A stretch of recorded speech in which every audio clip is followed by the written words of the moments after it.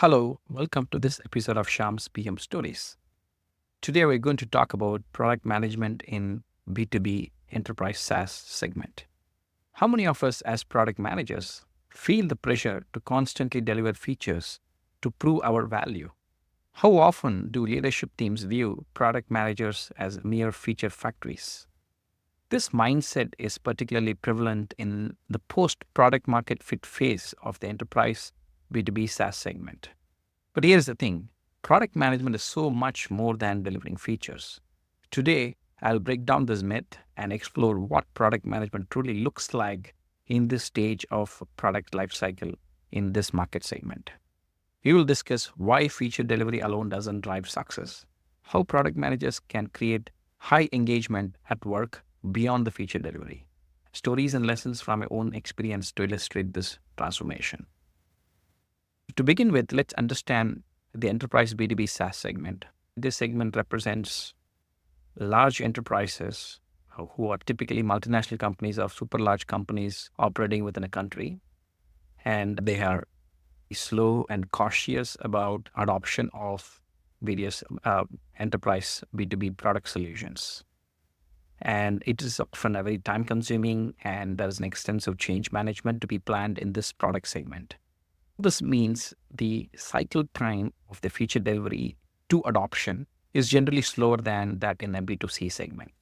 So put this in the context of a B2B product that's very stable, has attained a product market fit, is seeing consistent growth. This further depletes the opportunities to innovate and convert big ideas into capabilities. So this is the landscape of the enterprise B2B product segment, where the product is fully matured and seeing good growth. And this is the kind of environment the product managers are sitting in. Now let's look at some of the positive side of what this stable product market fit scenario really means actually. So what this really means is, to start with, the product managers have access to these large enterprises. So that's number one. So you have access to these companies' operations and some of the key people who are running these operations, which is a very important, valuable access that you have. It opens up a lot of opportunities. Second is, these enterprise companies, they represent various industries. So all the way from, be it your healthcare to telecom to financial services to fintech to all the gig economy. So the spectrum of industries that you're exposed to is truly exhaustive and also provides a lot of interesting opportunities.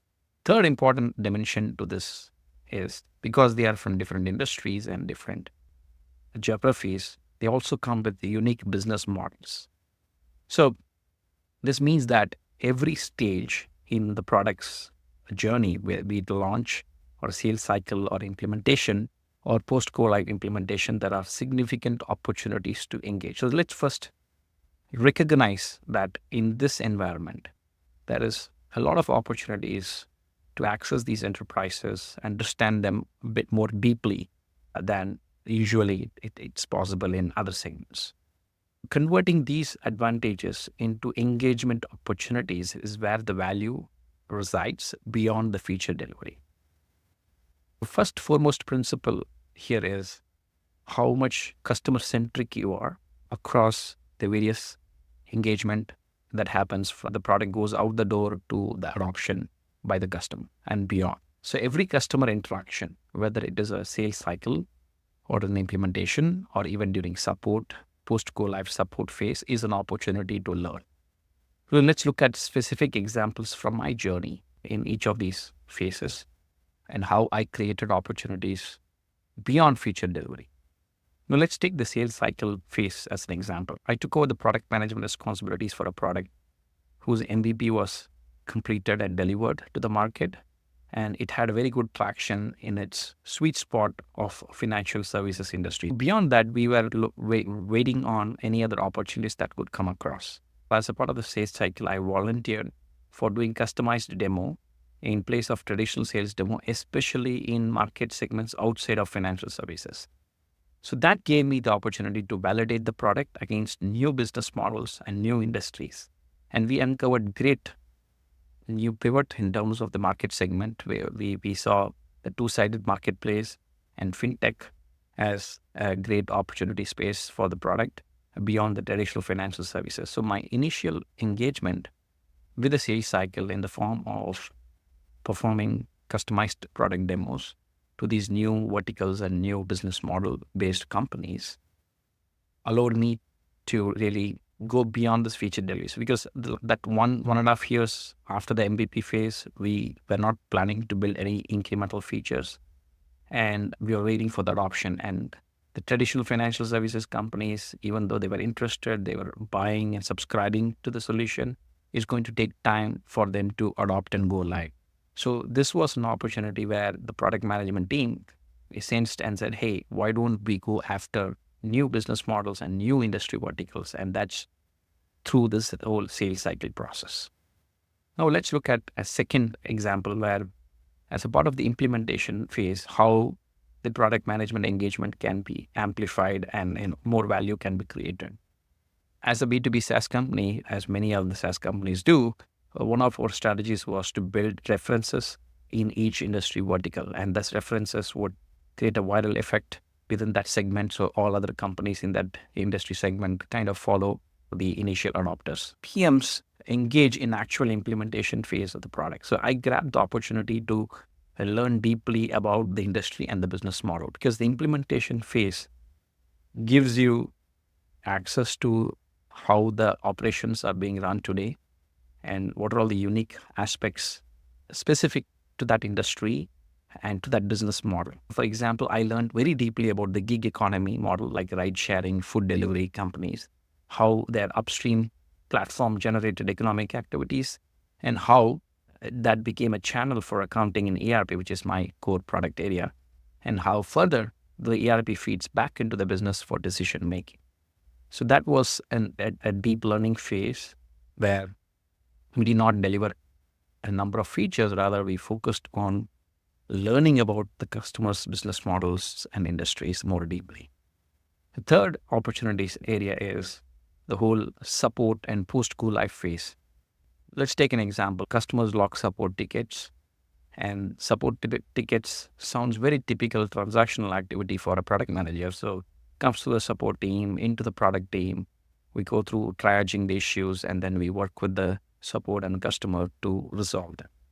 Great, that's the table stakes that a PM has to do as a part of the as his daily job. But we also took that opportunity to look beyond the support issue being raised and to gain insight into the real problem. So example, a customer raised an issue about why a product does not support a particular configuration that they were able to do in the prior system. So they articulated the problem by stating the product does not allow this type of configuration. A little acceptance would be that the feature was not designed to support that configuration and use case.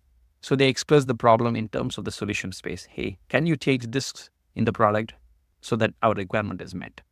But I use the opportunity to understand the background of the use case, who are all the downstream consumers of the data in that business process. So on further investigation, it revealed they wanted to configure that way because the downstream product mandated such form of an output. So I was able to explain, and we found another mechanism to solve the requirement.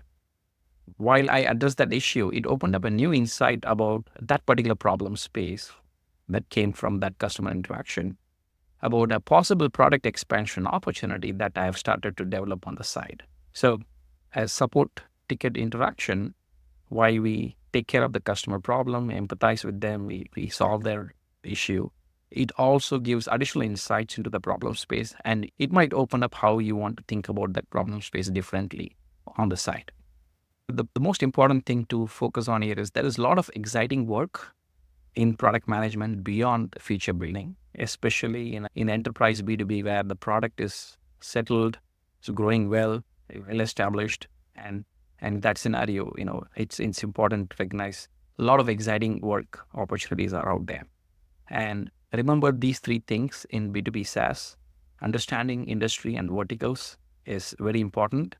It opens up a lot of insights about that particular industry, which is influencing how you think about solving the problem in the product.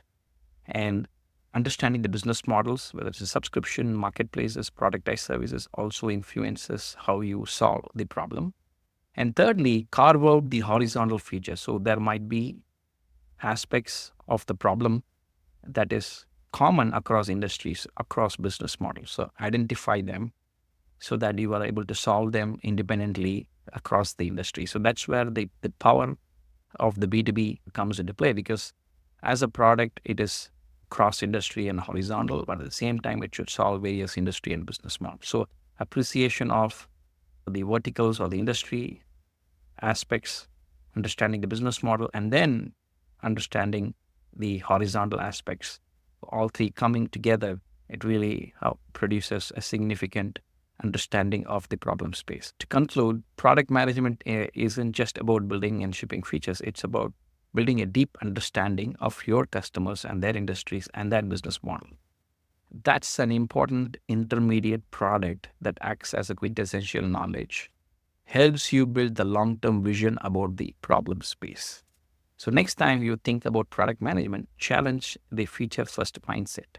Ask yourself, how can you create meaningful long-term value? Thanks for joining me on this journey. If you found this useful, please do share your thoughts and stories about the post-product market fit scenario in B2B SaaS.